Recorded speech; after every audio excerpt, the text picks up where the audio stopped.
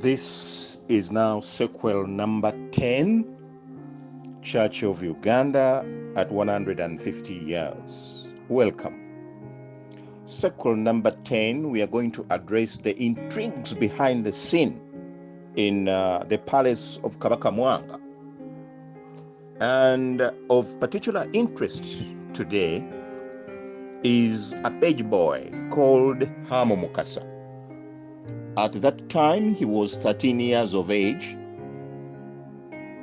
and we are going to see how he gets entangled in the behind-the-scenes events, especially in the year 1885. Things worsened when this boy confessed to Apollo Kagwa. Apollo Kagwa was already in the palace at that time, and he was looking after the treasury of the Kabaka. So this boy confesses to him that he has been promoted from the Muganzirwaza palace, because remember at that time the palaces of the royals were the schools of the time. So Mukasa was being promoted from the Muganzirwaza palace at the Lusaka palace. Actually, it was called the Lusaka palace, belonging to Muganzirwaza, who was the queen mother. But Muganzirwaza had already died in 1882. But the palace remained, because the queen mothers are also get those who succeeded them, and the queen's ancestry or the queen's family kind of keeps that palace from one generation to the other. It kind of a shrine, but let's call it a palace. So this was in Kazo, although it was still being called the Lusaka Palace, but it was in Kazo. The boy, this Mukasa, had been chosen to accompany Mwanga immediately after his promotion. He was chosen at random to accompany Mwanga II and the Katikkiro Mukasa for a trip to Buddu. Katikkiro Mukasa was also the county chief of Buddu. They used to call them Pokino. Even today they are called Pokino. So Katikkiro Mukasa was the chief of Buddu, Pokino, and shortly before Mutesa I died, he had also become the Seqeul, the county chief of Chagwe. So he had basically three positions that made him very powerful: Pokino, Seqeul, and he was the Katikkiro. And so this young man was accompanying Mwanga and Katikkiro to his other offices of Pokino in Buddu. And during that trip, Mukasa the boy overheard the Kabaka whispering to some of the chiefs in Buddu that his intelligence had informed him that Europeans had met and that they were strategizing to take over Africa. Now, whatever Mwanga was calling intelligence were actually the Arabs. Arabs came, these were Muslims, and they informed the Kabaka about the Berlin Conference of 1884. Actually, the conference was much, much older. It had happened in Berlin in 1884. Africa was shared out. The British were given from Cairo to Cape, all the route along the Nile, and that straight line up to Cape. So all the countries that fell along that line were basically taken over by Great Britain. That is Egypt, Sudan, Uganda, Tanganyika, Rhodesia, Northern Rhodesia, Southern Rhodesia, and then, of course, the Cape. So Mwanga was aware that there is a strategy of Europeans taking over, including Buganda. Now, what is very intriguing, the same Arabs had informed the Kabaka that Huntington, the new Bishop of Equatoria, had been consecrated to become the Bishop of Equatoria Diocese, which was to control Sudan. Part of Southern Sudan was to control Uganda, Tanganyika, and was also to control Kenya. Now, in the brain return of the young 18-year-old Mwanga, but that alone, the consecration of Huntington in 1884, somehow is parallel to the Berlin Conference year of 1884, and therefore it makes a lot of sense what the Arabs are saying, that the British are out to take over. Now, Apollo Kagwa, the cashier of the Kabaka, informed Alexander Mackay, because he was an active member of catechism classes at Natete, and he was able to tell Alexander Mackay that things were not good as far as Buganda is concerned, that they have learned of developments. It looks that Europeans want to take over. However, Mackay also had his own intelligence. He was aware how some chiefs in Buganda, in collaboration with the Roman Catholics who had just returned to Buganda, remember in yesterday's Seqeul we saw them returning from Tanganyika's exile, they were spreading a rumor that Kabaka Mwanga was engaged in acts of homosexuality.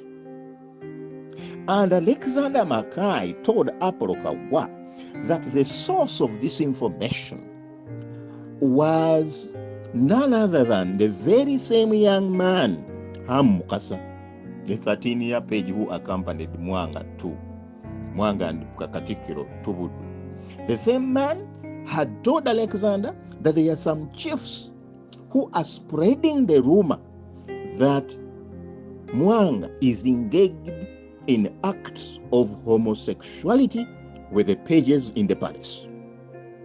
Now, these are the intrigues behind the whole thing. We are in 1885. The 13-year-old Ham Mukasa, in giving this information to Alexander Mackay, was like the allegation against Mwanga was not true, but it had been deliberately planted in the palace, planted around the palace to destroy the reputation of the Kabaka, make the chiefs very angry because the alleged sodomy acts by the Kabaka was against their own sons in the palace. And therefore, the chiefs were meant to become very angry and, if possible, stage a coup and remove Mwanga from power. Imagine a young man who has hardly been on the throne for more than a year.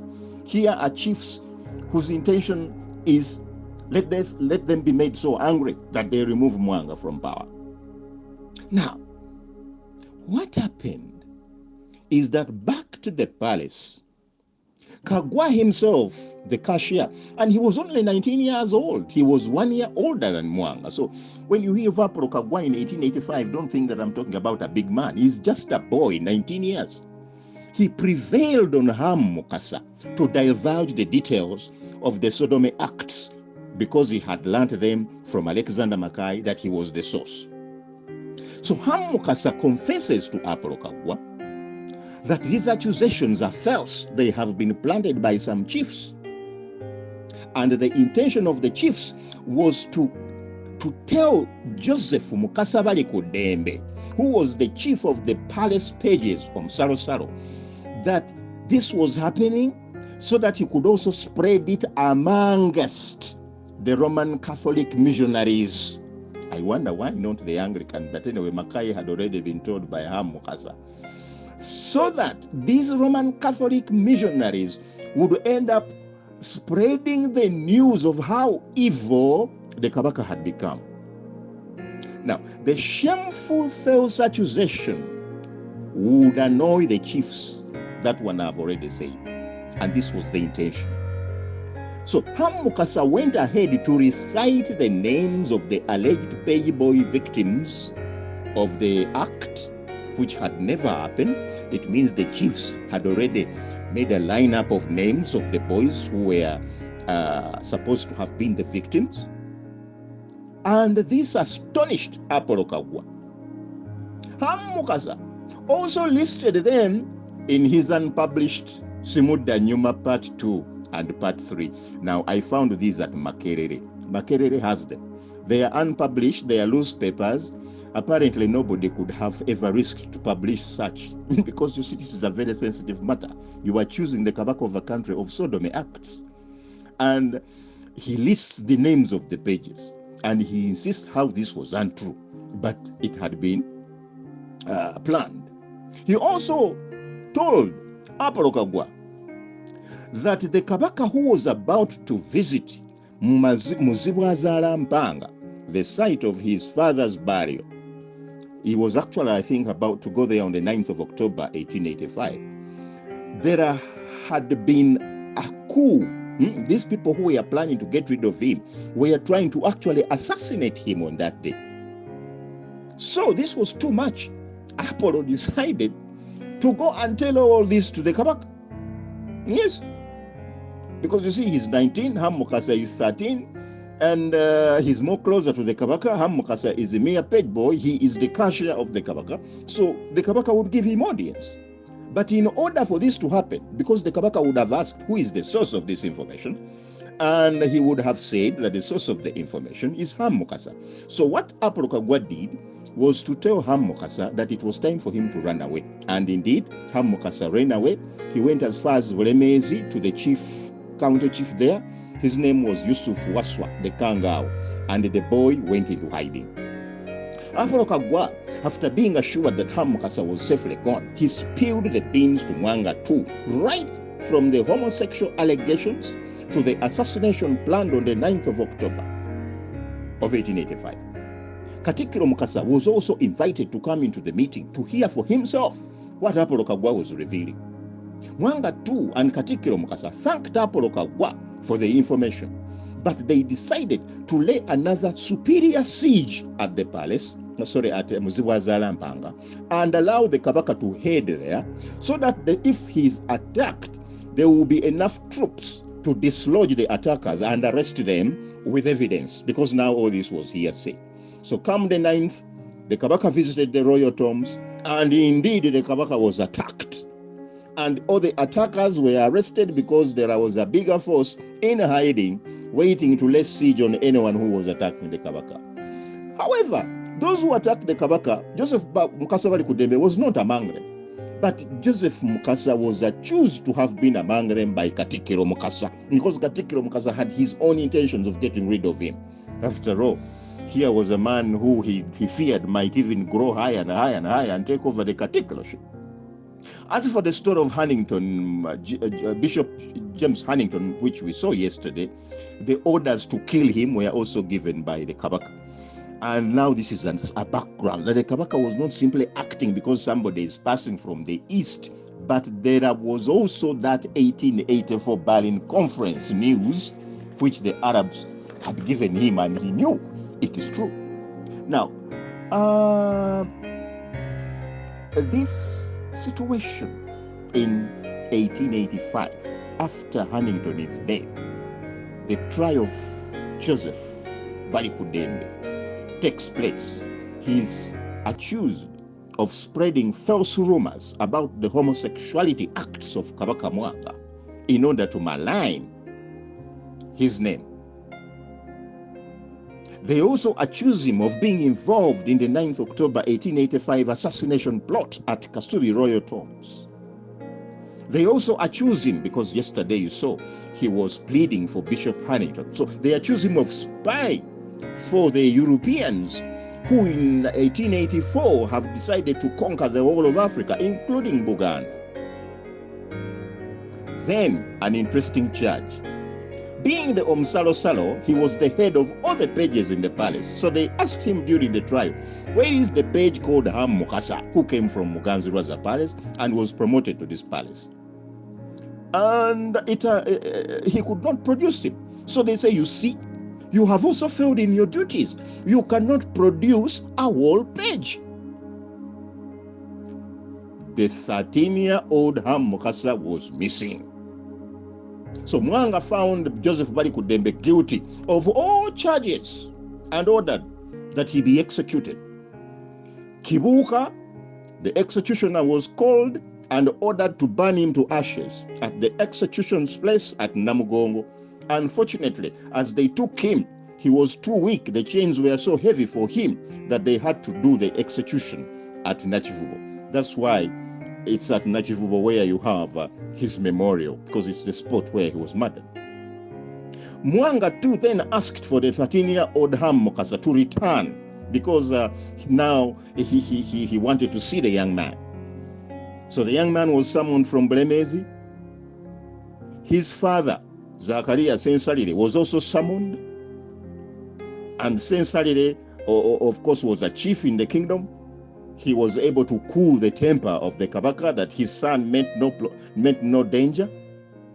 The county chief of Bulemezi, Kangao Yusuf Waswa, escorted Ham Mukasa. He was also worried about the fate of the young man.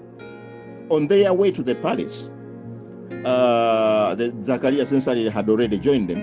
So on their way to the palace, as Mwanga waited for them to arrive, they were very, very worried about what Mwanga might do to the young boy. But Mwanga lived up to his word by thanking the young man for saving his life when he confided in Apolokagwa, and Apolokagwa in turn saved the Kabaka from the attempted palace coup. And it's very interesting that from that time to date, the story of the sodomy acts of the Kabaka Mwanga still exists.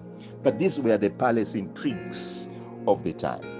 And tomorrow, we shall see how we moved from those intrigues.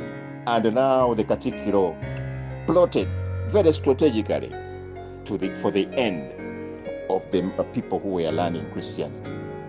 That will be tomorrow. For today, let's stop here. We thank God for his blessings for today.